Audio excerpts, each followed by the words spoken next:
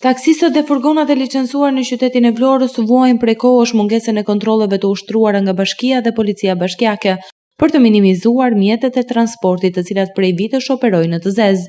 Shumë prej shoferëve të këtyre mjeteve shprehin për televizionin real indinjatën për neglizhencën e bashkisë ndaj tyre, ku për ta, ekzistente Bashkia e Vlorës bëhet vetëm kur vjel taksat vendore dhe kur nuk ka ardhur në ndihmë për t'i dhënë fund konkurrencës së pandershme dhe as për të ndalur makinat e thjeshta të parkojnë në radhët e taksive, ndërsa këto të fundit ndër të tjera paguajnë edhe taksën e parkimit, ndërsa vend parkimi i tyre nuk respektohet.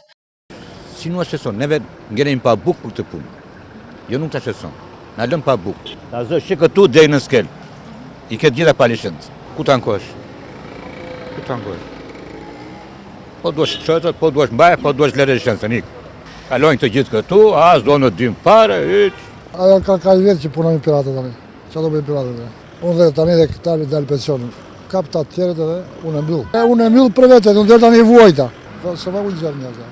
Shumë prej drejtuesve të këtyre mjeteve thonë se i derdhin rregullisht detyrimet ndaj Bashkisë së Vlorës, paguajnë taksa dhe janë të pajisur me taksimetra, ndërsa në qytet janë me qindra taksi dhe furgona të cilët operojnë në të zezë. Madje drejtuesit e këtyre mjeteve nuk kanë kursyer as akuzat për korrupsion ndaj efektive të policisë bashkiake, të cilët sipas tyre lejojnë lulëzimin e fenomenit.